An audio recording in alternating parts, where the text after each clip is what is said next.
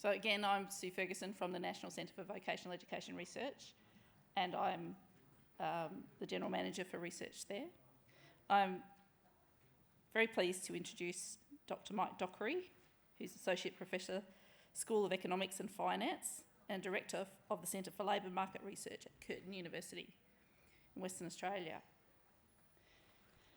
Dr. Dockery's principal expertise is analysis of applied labour market issues, much of which has involved the use of longitudinal panel data.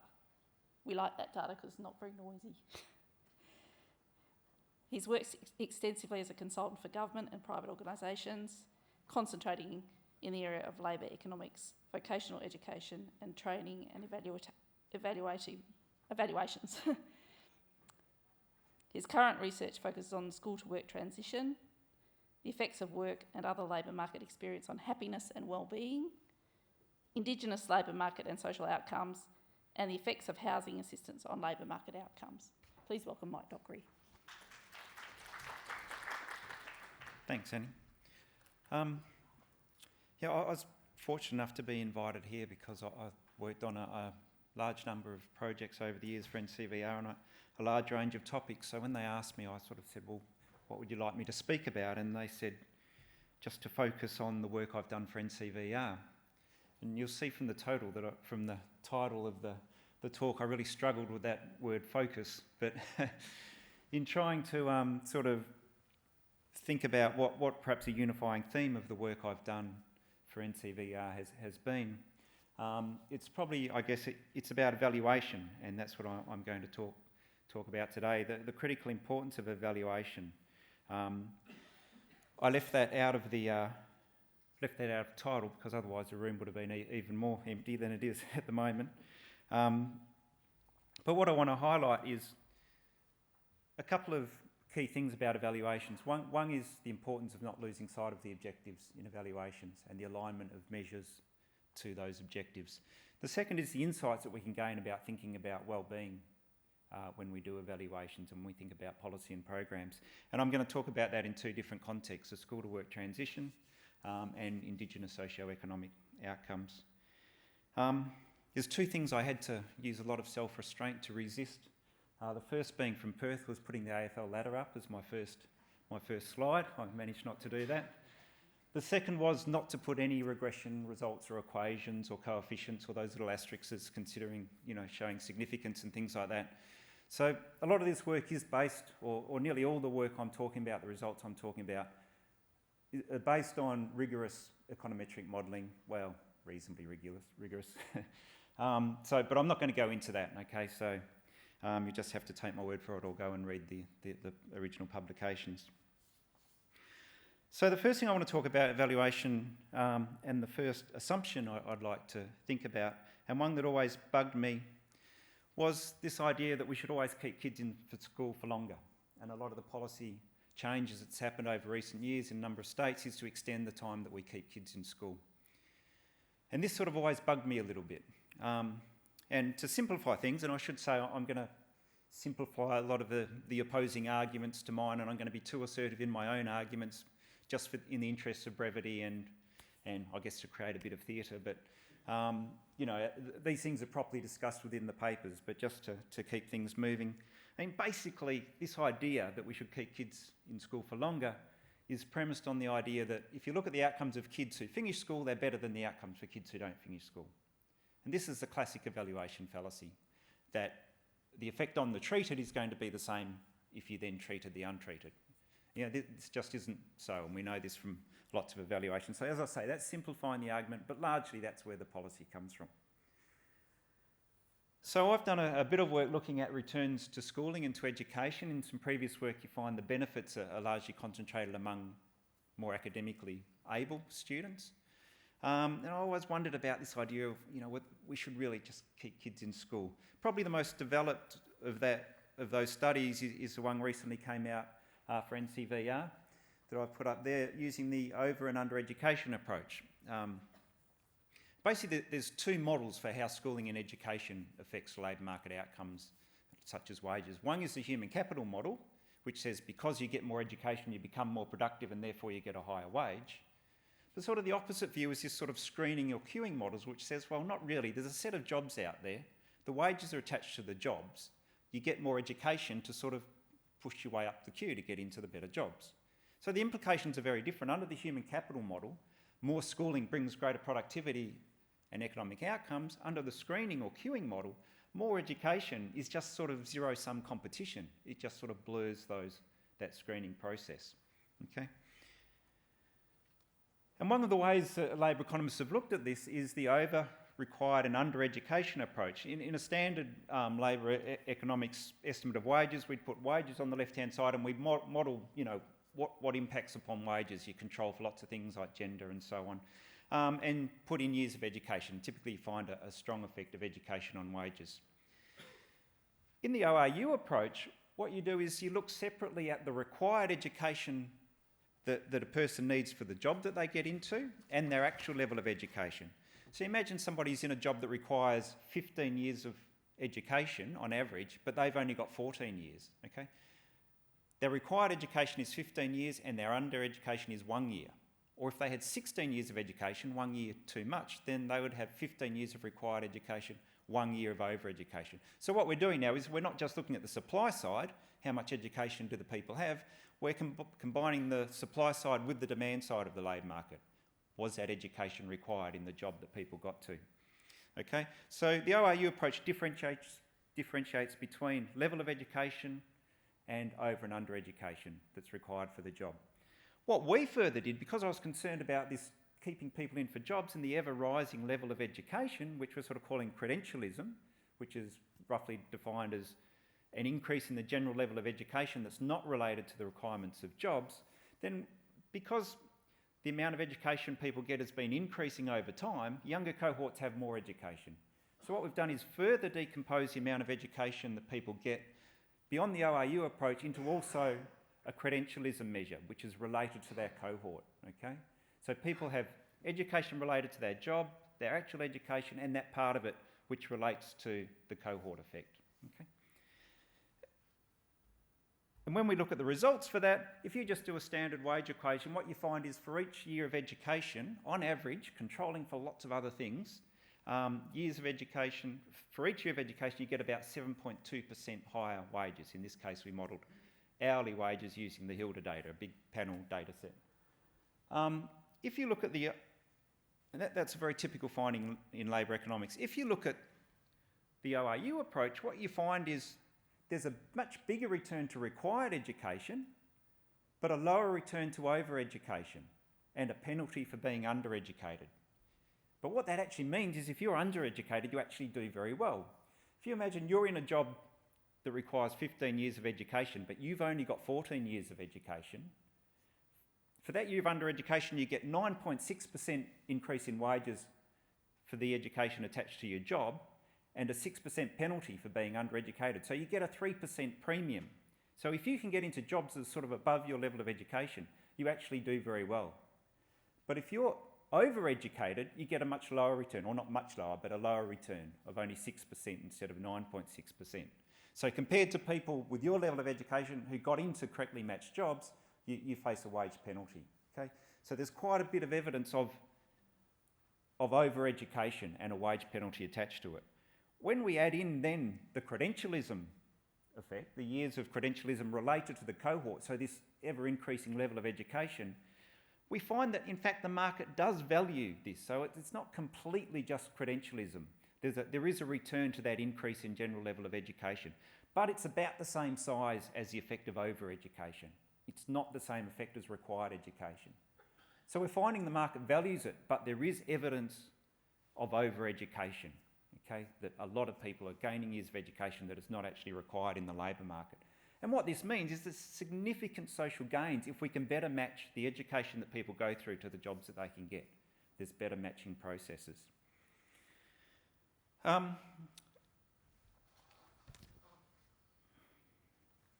So what of wellbeing?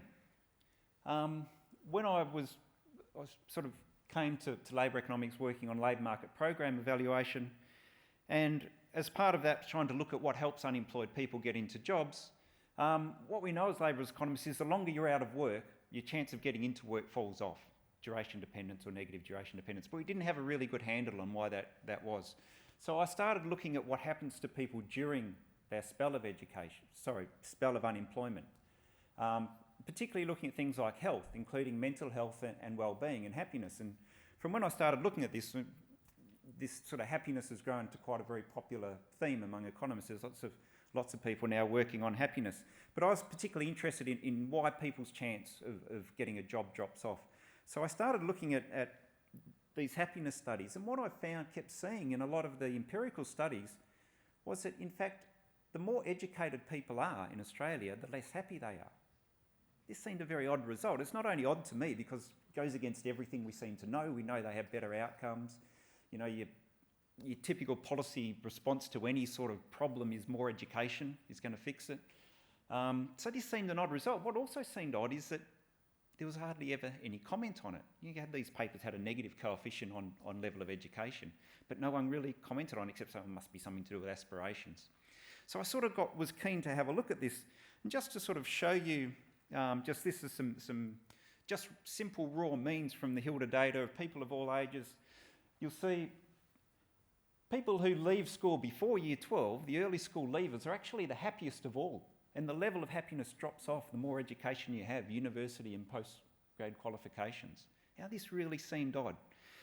And what I was keen on doing is, and again with a grant from NCVER or NCVER, I'm never quite sure which we should say, either, is the beauty of the LSAY data, longitudinal surveys of Australian youth, is they started asking the kids they were surveying from age 16 how happy they were. So we've got a measure of happiness.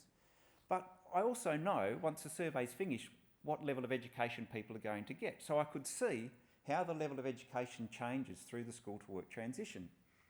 So I'm just going to show you, to repeat, there's some econometrics and proper modelling behind this, but I'll just show you some figures. I hope you can see that yellow line. It looked a lot clearer on my laptop. But basically, this is I've split it up so there's not too many lines on it, but these are the lower educational categories. So these are from school. I know what level of education you're eventually going to get. So you see in 1997, particularly, these are the lower educational categories, and by and large, they're starting out unhappy. The zero line is the mean in each year for the cohort. So it's average happiness in each year. You'll see that the kids who are only going to ever drop out of school early, year 10 and year 11 is our highest level of education by the time they're 25. At school, they're the unhappiest at all. But this converges, and in fact, they're happier than average by age 25. You look at the people who are going to get degrees by the end and postgraduate qualifications, the top blue and yellow line at the beginning, in school, they're very happy. But this drops off, okay? By the time they're age 25, even though their outcomes are far superior by almost any measure, they're in fact no more happy than early school dropouts. Okay? So we can look at the timing of this. So as to when this misery sets in, it's not really misery. Everybody's happy, okay, so it's relative. They're just not quite as happy. And with some econometric modelling, we get a very typical result from happiness studies, almost universal result is that married people are happier, and it's a big positive effect. If you're married, you report being happier, okay? And we get this result in these studies, okay? A big coefficient on being married, although by definition they have to be recent marriages in this study, but you still get that positive effect. And if you crunch the numbers, the people who are deliriously happy in this school to work transition are kids who do apprenticeships.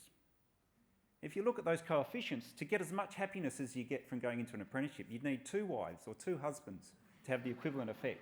Assuming it's additive, it might not be additive, but I guess you get 2 mother-in-laws too. But, and we can see the timing of this. For those kids who are only going to leave school, they get happy when they leave school. The university graduates, they become less happy when they get their degrees. Okay? I still don't really completely know why this is, but I caution against policies that keep kids in school for longer, because not everybody likes being in school. So that's one assumption that I wanted to talk about. And I think, apart from this policy, I think another problem is that we really underestimate what people learn on the job out in the workforce. We don't see that as education and formal training, but I think people learn a lot on the job, and that's undervalued in the policy discourse. So the other context I wanted to talk about was Indigenous socio-economic outcomes. I probably don't need to reiterate this, but by any measure, Indigenous Australians have very, very poor outcomes, negative outcomes. Where you look at suicide rates, where we can compare them, about twice as prevalent. If you're a young Indigenous Australian, you're 23 times more likely to end up in jail than non-Indigenous Australians. So it's a poorly, basically, situation. Now, when I went through my work on labour market programs, I was conscious at the end of it that there was very little in the mainstream economics literature about programs for Indigenous people, even though they're clearly the most disadvantaged in the labour market, or one of the most disadvantaged groups. So I sort of set about thinking, I'd like to look at this. And again, thanks to some support from NCVER, we did a review of Indigenous programs, of labour market programs. And this, as it happened, turned to, as a sort of dry labour economist, this turned into a quite an unexpected stream of research, as you'll see. But basically the idea was just, we looked at all these programs. There was a community development employment projects which started in 1977. I'm not sure about the state. I still can't really get a straight answer as to whether they still exist or not. But they were initially there for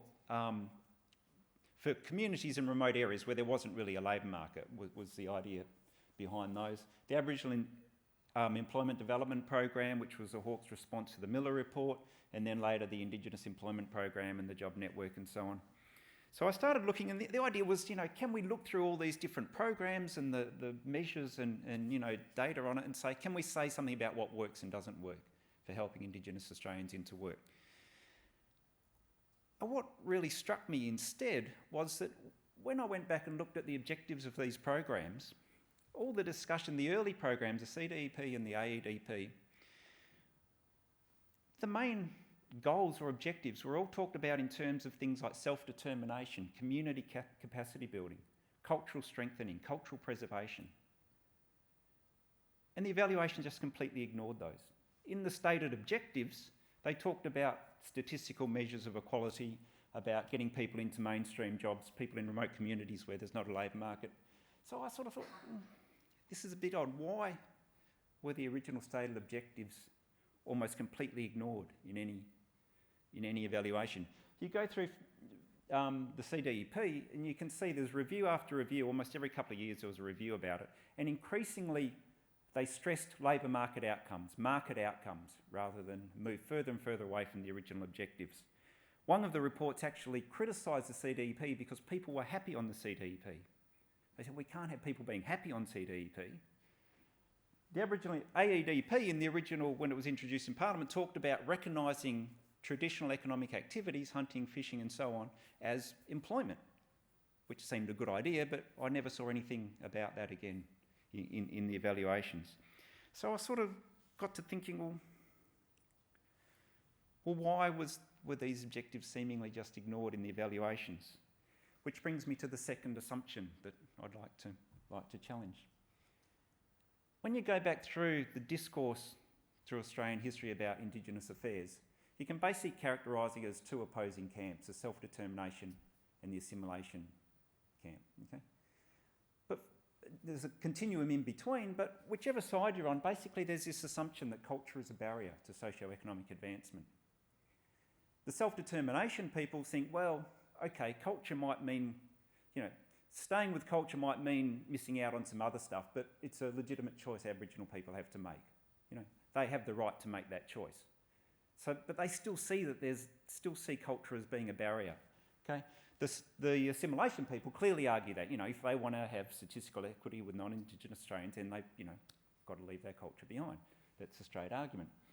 And as Pickering, this was in the case she wrote in the case of American Indians and the TAMP scheme, Temporary Assistance for Needy Families. Anyway, noted that once you see culture as a source of disadvantage, this sort of hidden pressures for assimilation sort of work their way through policy. So I'm not saying any particular policymaker said, I'm going to ignore this and sneak this in. It's just by stealth. These underlying assumptions work their way through policy and the evaluation process to instead promote cultural assimilation. But it also struck me that this discourse was almost all ideological. Okay, there was no data on this. which led me, following from the NCVER report and, you know, these findings, to start to look at it.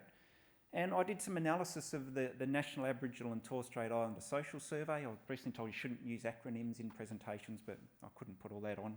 National Aboriginal and Torres Strait Islander Social Survey data. It's a survey the ABS does from 2002, from which I could generate a measure of cultural attachment using factor analysis if anyone is interested. And what you find, in fact, is that the complete opposite to this assumption. The stronger cultural attachment Indigenous people have, the better their outcomes on a range of mainstream incomes. More likely to finish school, less likely to abuse alcohol, less likely or better health, less likely to be incarcerated. With support from NCVER, I did a paper on cultural dimensions of Indigenous participation in VET. You find more participation in VET. There's some evidence that Indigenous people use the VET system to access their culture or learn about their culture, if you look at the fields of study. But there's also evidence that it's an enabling effect, okay? More participation in literacy and numeracy associated with culture. So, there's something going on here. It's an enabling effect, or evidence there's an enabling effect, as well as just using the system to engage in culture. So, from that paper, I started arguing, well, we should stop seeing Indigenous culture as part of the problem and see it as part of the solution, something we can harness to improve socio-economic outcomes. Now, admittedly, that original study had a few limitations. In particular, I had no theoretical idea about why culture should impact on outcomes. What's the cause? The measure of culture was just a simple unidimensional one, and it largely related to participation or engagement in culture, doing cultural activities. And without a theoretical link, and with that being the main measure of culture, there was this likelihood of endogeneity or reverse causality, i.e. people who had better outcomes then engaged in their culture. Okay? So this was a problem. And I was also conscious that I was using mainstream indicators of outcomes, education, employment, and so on, things that, mainstream Australia imposes on Indigenous people. And I thought what would be great was to have some measures of subjective wellbeing. Okay? When people rate their happiness or life satisfaction, they do it with their own value set, not something that's imposed on them. So fortunately, the 2008 NATSIS, when that came out, and I went through a lot of this work again, and one of the things I did was look more closely at the questions on culture and came up with different dimensions of culture. And in reviewing this evidence, what you find from the psychologists is they really emphasise the importance of identity or self-identity, variously framed in different ways. Okay, the work of Michael Chandler, who I'm a very big fan of, a Canadian psychologist, talks about the importance of persistence of self-identity, how you see yourself being the same person through time. Self-determination theories stresses that there's three key things that all humans require for satisfaction or happiness or social engagement: autonomy, relatedness, and competency. Okay, a sense of relatedness and competency and autonomy, self-determination theory. But all of these stress the very important role of self-identity or a sense of identity in people's functioning in society. So fortunately, when I looked at these factors in more detail, or the components of culture, a number drop out. Again, participation drops out as one of the key things, but also this factor which clearly relates to identity. And it was based on whether or not people, things like whether they recognised homelands, whether they identified with a clan or a tribal group, and not whether they participated in cultural events, but how important they saw those events to be. So this clearly relates to a sense of identity and identifying with Indigenous culture. And the important thing about this is not going to be endogenous, okay? If you get a job or you finish a course, you're not going to suddenly start relating to your culture or recognising homelands, okay? This is a fairly fixed thing, so we can be sure, or more sure, there's not endogeneity or reverse causality going on.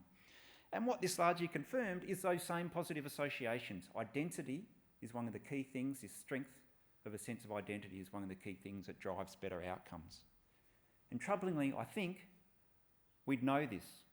if we only evaluated those earlier programs properly and cared about the objectives. The work of Chandler shows very strong differences in outcomes. He mainly looks at youth suicides, but in communities in Canada, or bands as they're called there, communities that have a strong commitment to preservation of culture, youth suicide rates are very low. In communities where there's no or very little commitment to culture and preservation of that culture, youth suicide rates are high. It's a very clear and hard to argue against connection in that work. But also, because in the 2008 NATSIS we had measures of a thing called the SF36 medical short form study of medical outcomes. It's a self-replied or responded instrument measuring mental health and happiness and a range of different dimensions. I can now show that it's not just mainstream outcomes that are associated with identity, it's also well-being, individual well-being, happiness and mental health.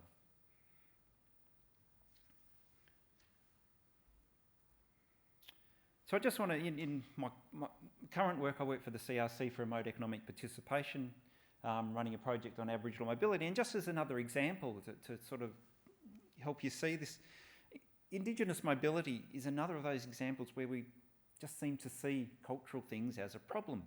Indigenous mobility has always been seen as a problem from very first engagement, and hence the term walkabout. Indigenous mobility, Indigenous people are highly mobile, and it's always been seen as random and unproductive. You can see back through the early accounts about this discussion of how people would suddenly turn up and suddenly disappear. And even today, you talk about discourse in housing policy, education policy. Mobility is seen as a problem. It's really hard to get good outcomes because of this mobility. If you look through the literature and the limited literature on mobility, the remarkable thing that stands out is the key drivers of that mobility are still, 200 years on, kinship, culture and country, obligations to culture. Obligations to country and kinship. These are the drivers of Aboriginal mobility in remote Australia.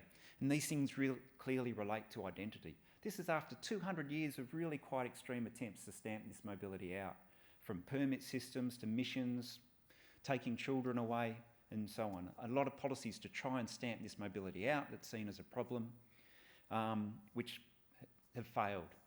The only thing you can conclude from that is that this must be something of extreme value, of importance to Aboriginal people. It's part of identity and it's part of well-being. And again, when I've gone through this literature on the various models of human geography, the economist models of migration, gravity models, trying to maximise earnings, this whole range of different models that various disciplines have used to try and characterise and understand mobility, they can all be subsumed into one simple insight, and that is that people move to access things that contribute to well-being. To access things that contribute to well-being or to avoid things that contribute to ill-being. All models can basically be subsumed under that simple insight. And this includes Aboriginal mobility. And once you look at mobility as something people do to improve their well-being, in what possible sense can you consider it problematic? It becomes much harder to see it as a problem when you adopt that well-being perspective. So I'd like some concluding thoughts.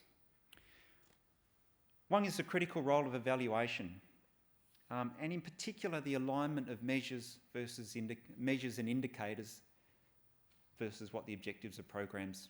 You can't lose sight of that if you're going to have good policy formulation and development.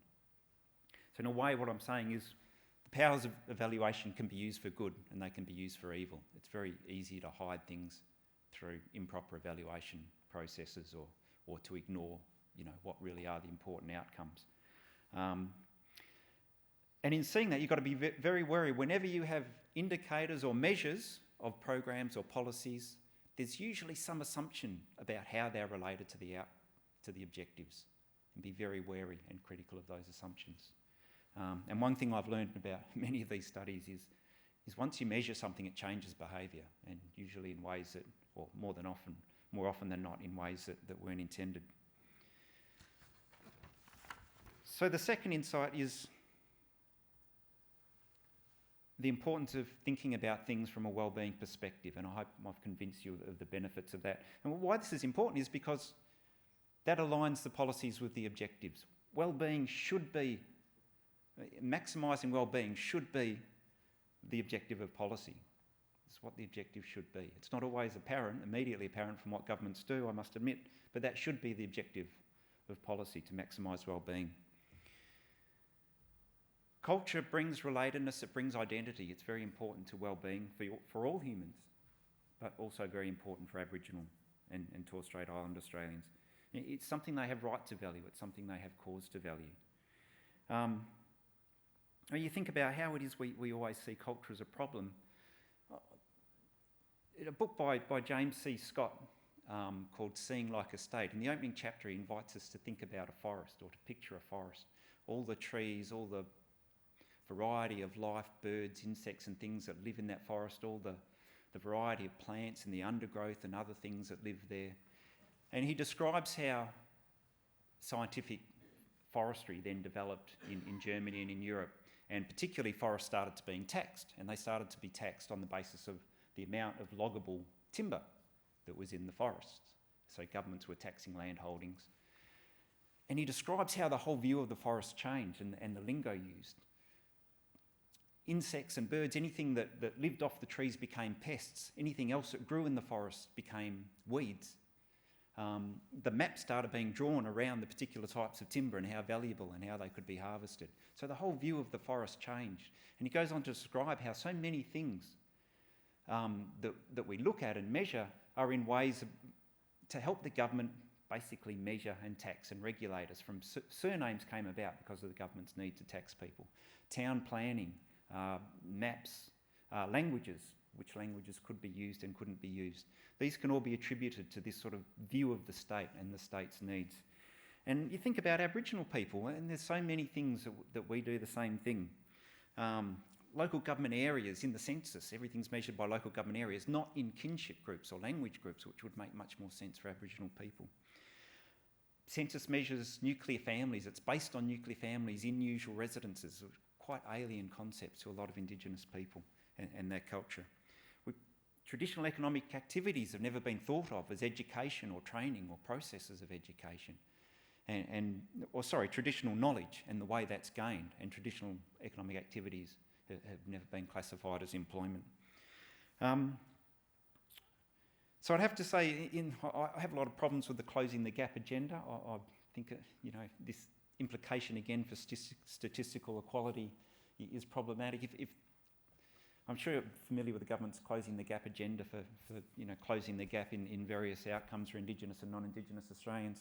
But I would argue the important gap we have to close is non-Indigenous Australians' respect and understanding of Indigenous culture.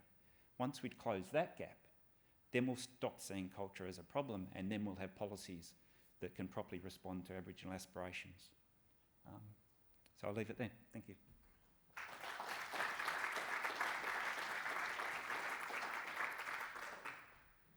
Thanks very much, Mike.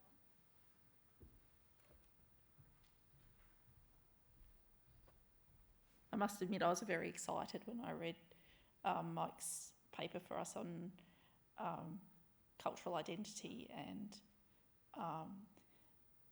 education and employment outcomes, where with an econometrician of Mike's stature actually bringing some real data to bear on a difficult topic, and I think a profoundly optimistic conclusion. So have we got any questions for Mike?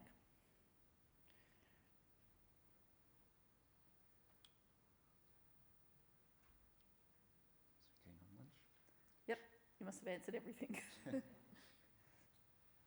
Well, we're going to break. I did have one question for you, Mike, actually. When you looked at that question of cultural engagement, I think there was a caution there in terms of recognising that different Indigenous communities may face very different sort of drivers and environments and what have you, and that there was a big risk in maybe looking at the data as a whole without actually drilling into it. Do you want to respond to that? Yeah, again, as I said, I've had to brush over lots of details, and it is quite wrong of me to talk about an Indigenous culture as if there's only one culture there. It's been estimated there were 600 to 700 different Indigenous languages when Europeans arrived here, and there are many different cultures and varied cultures among Indigenous people. And yeah, I'm working with even I find very bland ABS data. So with all this sort of quantitative work, it's not my sphere, but there's a real need for qualitative work to also, draw out the sort of things we're finding and to give deeper understandings to what the results suggest. And it's very important that, in this context, that Aboriginal people are heard in those contexts. So there's a...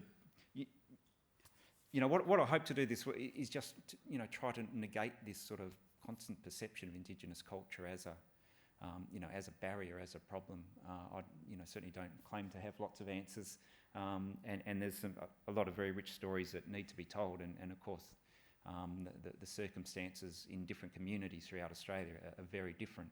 It's very clear. Culture itself does not reduce participation, education, and training. That effect by itself does not.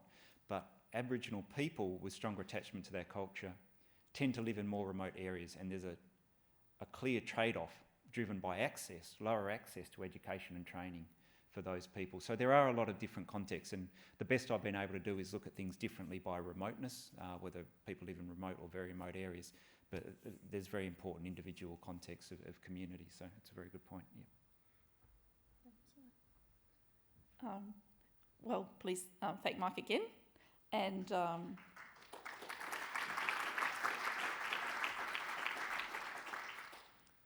we're breaking now for lunch for about 1 hour.